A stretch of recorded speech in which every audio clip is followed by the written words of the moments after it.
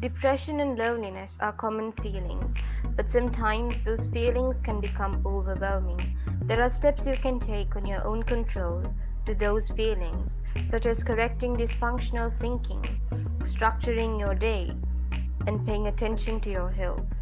Keep in mind that depression is a very complex illness and you may still need to get outside help to significantly improve.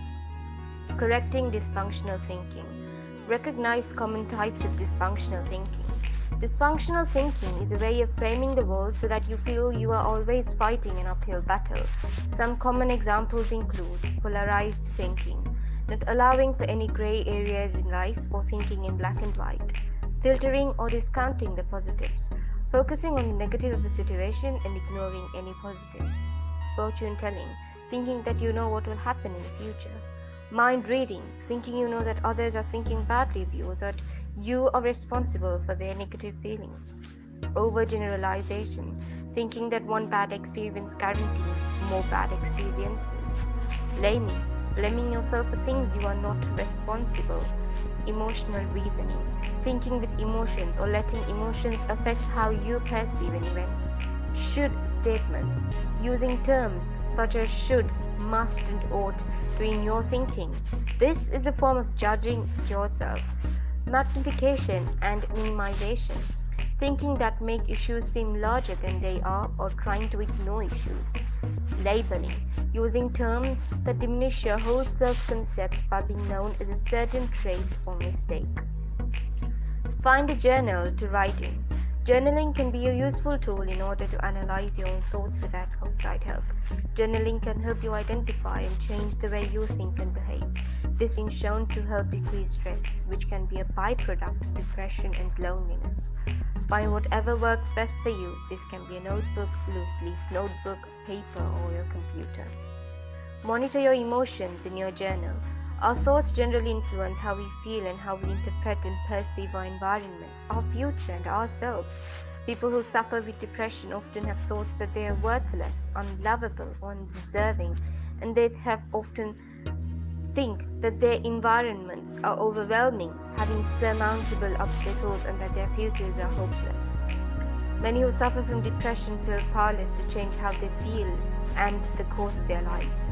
Our thoughts greatly influence our feelings and behavior, which is the basis for cognitive behavioral therapy, CBT. CBT has been shown to be successful for treating depression. Relapse depression symptoms were much lower for those who had undergone CBT than of those who were being treated with medications alone. A great way to start this process is to monitor your emotions and automatic thoughts by recording them in a journal or daily record. Start first by noticing mood changes, then begin to analyze what your thoughts had been just prior to your feelings differently. Write down your automatic thoughts. Automatic thoughts are the things that pop into your head spontaneously. They tend to pertain to three types of ideas. Ideas about yourself, about the world, and about the future.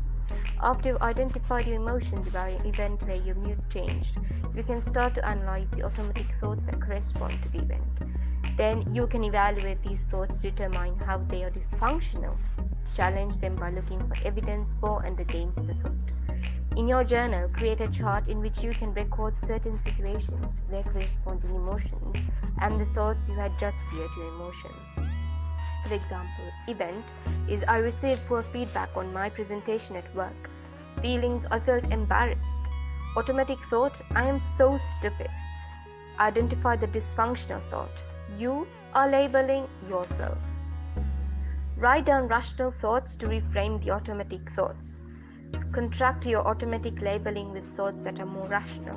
Some ways to generate more rational thoughts include looking for evidence for or against the automatic thought, looking to your past for a similar situation in which the automatic thought did not hold true, and analyze the situation for blame and logically redistribute responsibility for feelings and events to others what may have been involved. Here's an example. Event, I forgot to sign the birthday card for my boss. Feeling, I feel regretful and embarrassed. Automatic thought, I know my boss hates me now. Rational thought, I cannot know what my boss is thinking about me. It was an honest mistake. I can always verbally tell my boss happy birthday. Structuring your day. Plan out each hour of your day. Help combat depression and loneliness by keeping structure in your day with a daily schedule. The use of a schedule helps depression by counteracting the loss of motivation, hopelessness, and decreasing time for rumination, which are all associated with depression. Rumination is the activity of replaying a scenario or problem in your head over and over like a broken record. While some people consider rumination as a form of problem solving, if the problem is upsetting, you will end up continuing to be upset until you stop thinking about it. Find a day planner that has space for hourly scheduling. Make sure you plan each hour of your day. Incorporate time for journaling, rest, exercise, relaxation, and self-care. To combat loneliness, schedule time to connect with a social group or a pet. Consult your schedule frequently. Carry your schedule with you so that you are following it closely. It's important to follow through with each activity, so prepare yourself by knowing what comes next throughout the day. Track how you felt during the activity. After you have completed your scheduled activities, write down the level of competency you felt about completing the activity, as well as the level of pleasure experienced, if any. This record of competency and pleasure can serve you in the future if you are having thoughts about not being able to get things down or being able to enjoy anything. Refrain from evaluating your activities on an all or nothing scale. Instead, try to evaluate on a scale of 1 to 10, with 1 being low competency or low pressure, and 10 being maximum competency and maximum pleasure. Retrain yourself to be self-reliant. Self-reliance training is sometimes needed for persons with depression when they have become reliant on friends or family members to take care of daily needs. The process of self-reliance starts with taking back responsibility for self-care. It is important to begin in one area, scheduling this week daily. For instance, you can start with being responsible for showering. You can also record your level of mastery in being responsible for showering. For instance, starting out, you may indicate that you were only able to get out of bed for the day and not shower. This may seem like no mastery at all, but it is more mastery than you had previously. Use your plan and feelings of competence to build yourself back in self-care. Once you have taken on showering, you can tackle making the bed, then cleaning, etc. Plan a set of go-to distractions for overwhelming times. It is important to know how and when to use distraction as a helpful method to combat rumination and intense emotions. Have a set of go-to distractions that you can use if you are ruminating, feeling overwhelmed, or feeling lonely. Some examples include exercise, having coffee with a friend, painting, reading, meditation, prayer, or playing with a cat. Write down these distraction methods in your journal or planner. Consult them frequently so that you have a reminder about your distraction plan. Overcoming loneliness. Think about the similarities between you and others. Oftentimes, loneliness stems from the thought that you and your experience is drastically different from that of others. But we all experience the same emotions, from joy and love to disappointment and anger. Consider how the human experience is universal. Make a small talk with people you interact with. If you are feeling lonely, it can help to have a brief conversation with the grocery store clerk or the bank teller. This will help you feel a connection with someone even if you don't have a lengthy conversation with this person. Even a simple act like saying hello to your neighbor can help you feel more connected. This might even be the impetus you need to start a conversation that will result in lifelong friendship. Put yourself out there.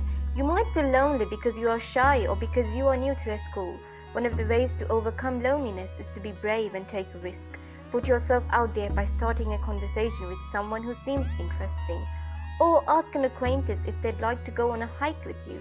You never know. This person might feel just as lonely as you and might appreciate your invitation. Connect with people with similar interests. You may feel lonely because you have specialized interests. Perhaps you are really into mountain biking, but you don't know anyone else who does this too. Search online for a club in your community that does this activity. If you can't find someone in your local area, chances are you will be able to locate a group that gathers virtually. Volunteer in your community. When you feel lonely, you tend to focus on your own feelings and how you and your needs are not being met. If you turn your attention to the needs of others, you can redirect your emotions.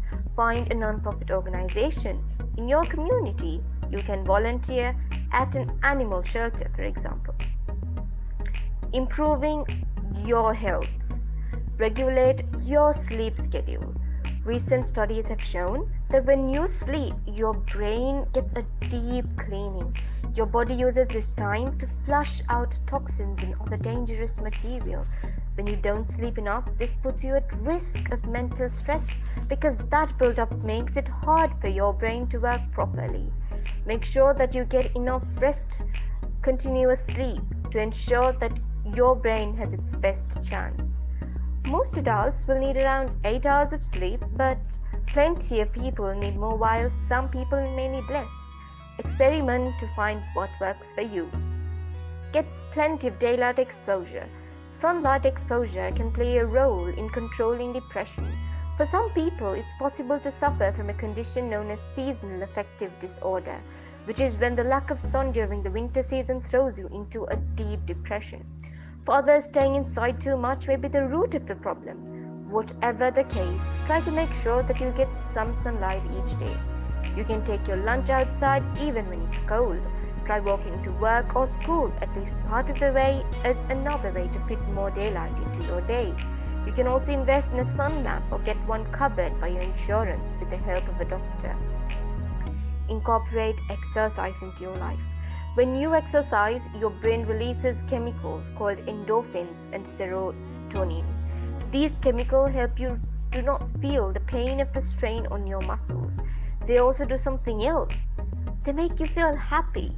An inability to regulate these chemicals has been implicated in studies of depression, and many depression medications work by controlling them. This means that exercising really can help you manage your depression. One good way for you to exercise while also managing the feelings of depression is to go for a jog or a swim. Both of these activities are known for helping you clear your mind as you focus on your environment and the physical sensation of what you're doing. Work after exercising about 35 minutes every day, 1 hour 3 days a week. These have been found to be the most effective exercise schedules for combating depression. Eat healthy, nutritious foods. What you eat can affect your brain in a lot of ways. Studies show that certain ingredients in our modern diet, like gluten and sugar, can lead to depression. Try to eat plenty of nutrient-rich vegetables and fruits, whole grains, and proteins to adequately nourish your brain. Reduce your consumption of refined sugars, processed foods, and fried foods. Increase your intake of omega-3 fatty acids. These play a role in brain health. There is some evidence that a diet rich in this nutrient can help improve your mood. Good sources of omega-3s include fish and eggs. You can also take fish oil supplements. Deciding to seek outside help. Recognize what outside help means to you. It is important to understand for yourself what outside help means to you, as well as knowing when you need to access it. These are all personal choices similar to the choices we have in any of our healthcare. However, it is important to realize that not wanting outside help, even from friends and families, can be symptoms of depression, in which a person isolates themselves because they feel like a burden or feel weak after having depression. Some different definitions of outside help may be: some people might consider outside help to include the use of psychotropic medication to help depression.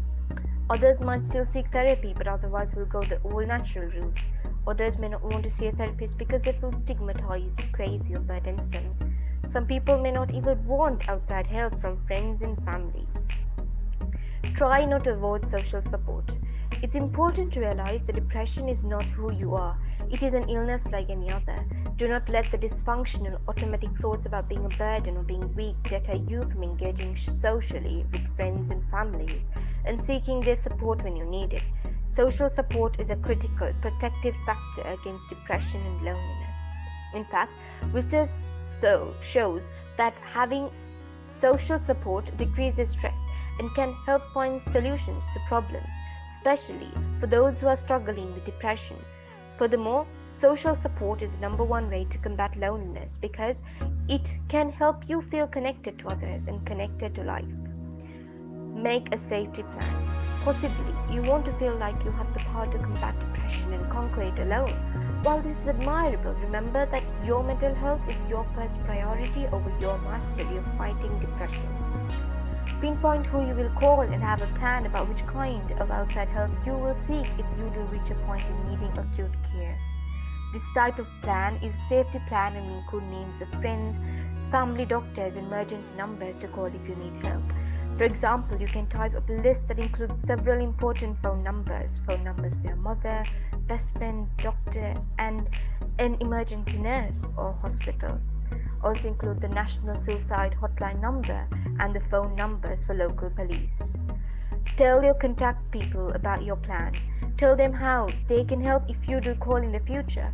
Give them specific tasks that may be helpful to you if you're not in immediate danger. For example, they could just keep you company until you feel you are not a threat to yourself. In other cases, you may need them to contact your doctor or take you to the emergency department for an evaluation. Get immediate help if you are suicidal. If you have thoughts of suicide or you can no longer function in daily life, resolve to seek outside help.